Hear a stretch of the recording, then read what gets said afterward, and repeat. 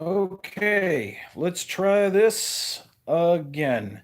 Apparently, the makers of Android, Google, which are the ones that run YouTube, have not put a provision in their streaming software to stop a bunch of stupid ass notifications and other things in an Android system from crapping up your stream when they go off. So, and since there's no, I guess they haven't ever heard of Do Not Disturb, which is another thing that Apple has been doing with their product for ages now.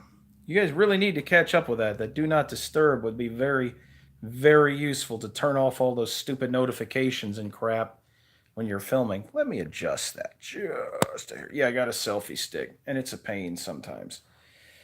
I look like crap, and I kind of feel like crap because I've been under the weather ever since I got back down from the hill. Just tired, tired and rough, tired and rough. But anyway, it was a great trip while I was up there. I was going to do the video from the little secluded camp spot that I had planned to camp on, but then Thanksgiving happened, so I waited a few days, and weather finally stabilized to the point that it was safe to use the equipment that I have. It's not rated for super cold. We had pipe bursting cold up here, so I had to be very, very careful about that. So a day came, all my stuff is rated down to about 40 degrees or so. So went ahead and loaded it up and I wagon camped. Oh, by the way, that in the background, yeah, there's a tent in my house. I'm airing it out and I'm checking the mesh for damage. I had to very quickly pack it because the wind, every time I tried to fold it or, the tarps, all that stuff, you even get a the wind and all that stuff just does a Mary Poppins do do do do do do do do do do off down the hill it goes. But anyway, I went ahead and I did a slab camping trip on the abandoned slab, and the reason I did, got a spasm in my eye. I'm not really doing super, guys, so please, please, just bear with my appearance and everything. I'm rough. But I thought I'd touch base with y'all because I know there were a few of y'all that were waiting for me to do that video. So I finally got the day, and then my friend decided he was gonna come up there and meet me up at the hill, and he has some stuff he wanted to try, and since we were trying out gear anyway, figured we'd just do that on the slab, and I'd save that trip. I'm gonna do that. That's why I'm airing out the tent and checking it for damage, and also reorganizing all my stuff. I had to pack to come down from that hill really fast because I wanted to meet my other half for lunch. She was coming in from work. And let's face it, there are certain things in life that are way more important than other things. And my other half is way more important than these little camping trips I do up in there. So I never miss the opportunity to get together with her when she comes in from lunch. Sometimes she has to work in other towns. And so, you know, lunch is a special thing. Lunch is a special thing. We get together. We'll either eat here or we'll go somewhere and grab something. But getting off of that tangent, I did complete the camping trip. I tested a few things, and one of the things is this sleeping bag right here sitting on this chair. That is, I think that was like 30 bucks. It's the 40-degree rated Walmart sleeping bag, adult sleeping bag, not the kid bags. And they're not kidding. I'll tell you about that right now since I did test all this stuff. I'll just say that that's not going back up with me for the rest of the year. 40 degrees. It'll work down to 40 degrees, not 39. I was in that bag, I was on the bleeding edge of being comfortable with that thing. I'm not even kidding. I also tested a catalytic heater from Coleman that I've had for a while. I've wanted to take that camping with me for a long time, and I finally got it out there. And it was really good. It's designed to run in tents, and it doesn't generate a flame. The only flame it makes is a little foop when you first light it up, when the gas hits the match. And then after that, that little foop, it goes into a catalytic reaction, and it's the catalytic element that makes the heat. It makes heat, CO2, and water basically when it's running. And in a tent, you're in a tent. You're loose enough in the tent, airflow wise, that you're not going to build up CO2 unless you really button that thing down. And by that I mean like tape all the seams shut, tape your zipper shut, tape your vents closed. It was glorious having that thing.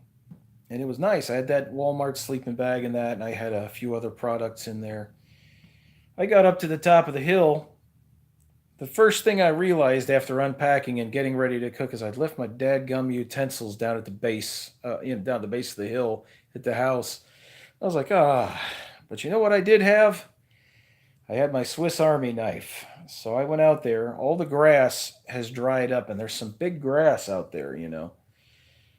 Once grass dries, once it dies and all the green is gone out of it, it's like a little piece of bamboo. So I went out there and I took my knife and I cut off a few pieces.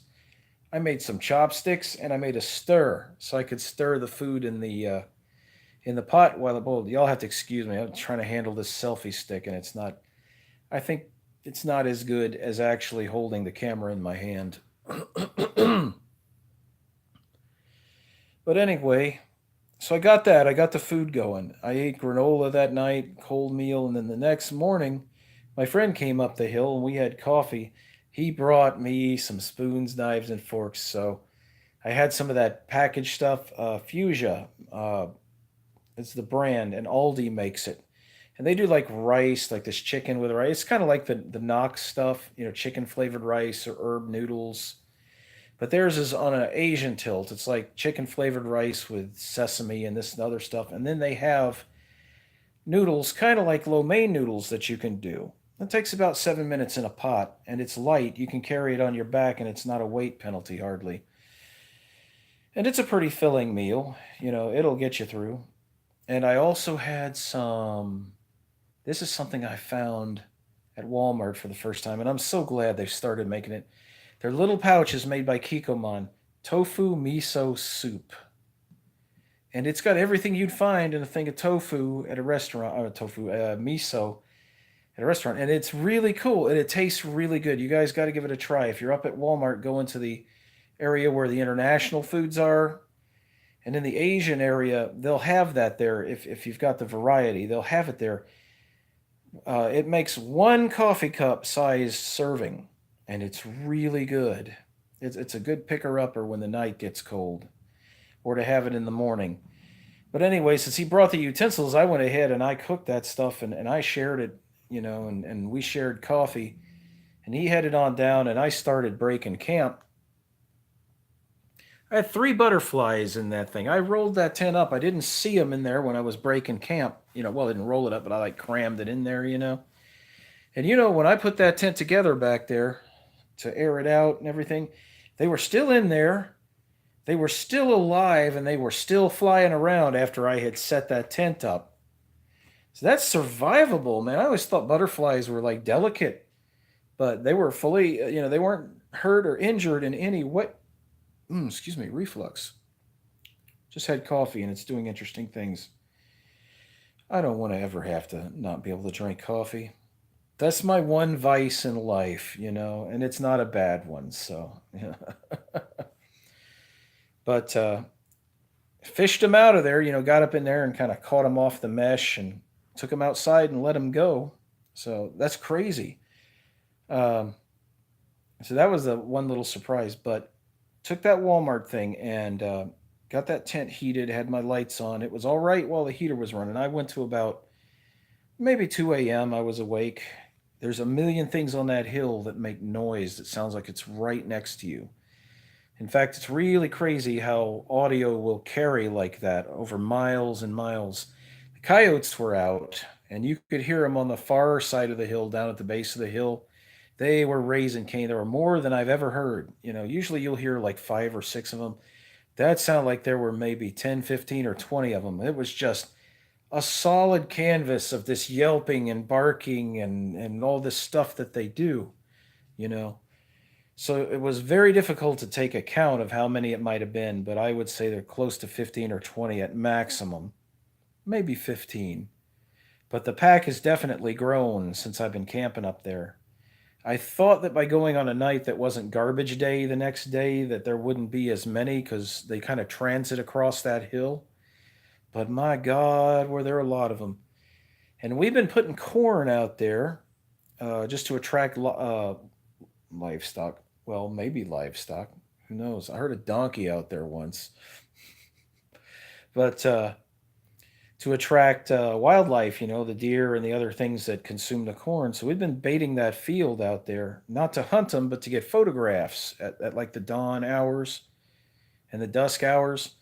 And while I was camping out there the other night, something did eat that corn. I didn't hear it, didn't see it, but all through the course of the night it did, except for the corn that was close to where the tent was.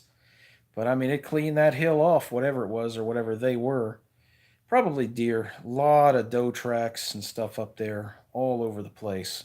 A lot of raccoon tracks too. So everywhere that there used to be mud and water. But anyway, got all that together and crammed all that stuff in there. Got down the hill and cross packed a bunch of stuff. That table back behind that is just piled with stuff I've got to resort because I have a wagon over here. I don't know if you can see that. That's the greatest thing right there, man. One of those. That's like about $40. That thing, you can put all your stuff in your backpack, and you can carry a full size pack. I think I got like a 65-liter pack over there. It was loaded. It was loaded with winter stuff. I had a blanket, sweater, all the little things that I might need if the sleeping bag wasn't up to snuff. And I was able to transfer the bulk of what I would normally carry in my pack, plus a whole lot more. It's the first night I've been able to get up there with like folding chairs and stuff. That was nice.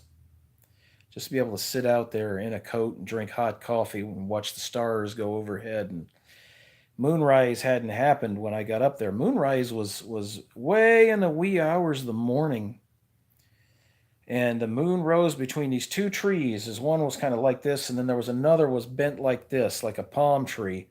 And then there was a stand of trees to the left and right, and then there was a city. You could see the top of the city at the base of the trees, just over the top of the hill. And the moon came up right between those two trees, and it was the size of a quarter. It was beautiful. It's a half moon, but I've seen that with full moons. They get at the edge of the atmosphere, right at the horizon, and it'll be big, big like a coin coming up and yellow. But this was a giant half moon was coming up. And if you know where my Flickr page is, I put that picture up on Flickr, I think. I know it's on my Facebook page. I'm pretty sure I uploaded it there. Camera couldn't do it justice. The moon kept, to get the exposure, I had to open the aperture up and slow the shutter down. So the moon was like boom, and then the rest was just normal brightness. But if I had closed the aperture down low enough and sped the shutter up fast enough, all the moon would be all you'd see. The trees and stuff would have been gone. So I had to compensate between the two. I had to kind of come up with a compromise that worked, and so I did. And I got pictures of the campsite and pictures the next morning, and it was all right. I think I finally drifted off about 3 or 4 o'clock, and I slept until about 9 o'clock. The stupid cell phone alarm went off, woke me up at 6. I hadn't had any sleep all night. I was like, oh, God. So I reached over there and I slapped the thing. I finally got it to stop and rolled back up in that sleeping bag, but it was cold, man. I was shivering when I woke up because even though that thing is supposed to be safe to use in a tent, I don't want to take that chance when I'm asleep. So I cut it off and I decided I would depend on the sleeping bag. That was going to be the big test. It got down to 41, and I was at the edge of comfort in that bag. I was shaking a little bit because I had it kind of partially off of me. I guess I had pushed it off during the night or something. I had to pull that thing up, and I had to crawl down in that thing. I was still a little cold, but it's standable. It's like a hotel with too much air conditioning going. But I eventually did warm up. And when I was able to get an arm out of that sleeping bag, I got my I have one of them push button, looks like a little blowtorch lighter. So and I reached over there and I cracked that regulator and I hit it with that little torch. Turned that thing on, put it on high. I crawled back up into that sleeping bag and I pulled that thing over my head. And it's just like poking out like this, it was all around my head, and just waited for that space to warm up. And it did. It took it maybe about 10 minutes, but it got that tent toasty. And that was even with a little bit of cool wind coming out of the south. There was a weird cold south wind, south southeast, was just drifting under that vestibule and coming up in there, through the mesh. And, I have top vents open so that the air doesn't get stale in there. But in 10 minutes' time, it's only 4,000 BTUs, but that thing heated it up and it was nice, man. Come out of your sweater and just wear your regular clothes in there. So I lay there and I drifted back to sleep. You know, I shouldn't have done that with a heater running, but there's enough floor space, not a big deal. It's supposed to not have a flame that can catch things on fire once the reaction starts. So that's what I did. I just kind of just rolled back under there, and morning sun started hitting the side of that tent and made the whole room this yellowish red color. So I crawl up and I get out of there, get my little cook stove and my tiny little butane tank, and I set it out on the. I tried to cook out on the slab, but the wind was still kind of blowing out there. It kept trying to mess my flame up. There's no way I was going to be able to cook. So I brought it back into the tent. I shut the heater off because it was warm in there. And I just cooked a little thing of, well, I made a thing of coffee first, because I didn't have my utensils, so I made the coffee. My friend showed up as I was about to make the miso soup, so I made another thing of coffee. Taster's Choice, or as some people call it, Taster's Nasty. I like Taster's Choice. It reminds me of MREs. Used to get that stuff with that. The only thing that was missing is the little cardboard bags, the little brown paper bag packet that they usually give you with the creamer that you just throw in there. It's usually Coffee Mate. Mix that up. Man, you're doing fine. And once I got all that together and he was there, we both sat out on that slab. He brought a folding chair and I had mine. And we just kind of just floated there and enjoyed the morning. And then he headed down to take his wife off to the doctor. But it cost me a little time. I had to break camp a lot faster than I would, and that's where the previous story arised as to why the tent is open. I'm inspecting it for ripped mesh and other things like that because the wind was blowing so hard I couldn't fold it. You'd start to fold it and off it would go. Even before I started folding it, before I had all the stakes out of it, it was trying to fly. So I got all that and I just down in that bag. I just crammed all that crap down in there, and I got that bag full so tight. Finally got the tent stakes in their little bag in there, and I threw all the other crap in the wagon. I packed that backpack so tight it looked like a hot dog on my back going down a hill with it. All the compression straps were wide open, and there's no need for them when you pack it like that. So I packed that thing, strapped that on, grabbed that wagon. That dadgum wagon like to got away from me 2 or 3 times, but that wagon has it's like a set of tie rods on it. You can't flip that wagon. If you hold on to that thing and just hold it upright, that wagon will do this and this and this, but those tie rods will spring it back to center. And then I lost a dadgum because of the cheap Chinese friggin' plastic clips. I lost, I think my other half is home. I'm going to have to cut this one short, guys. Y'all have a good one, and I'll get back to you. I've probably wasted a lot of time anyway.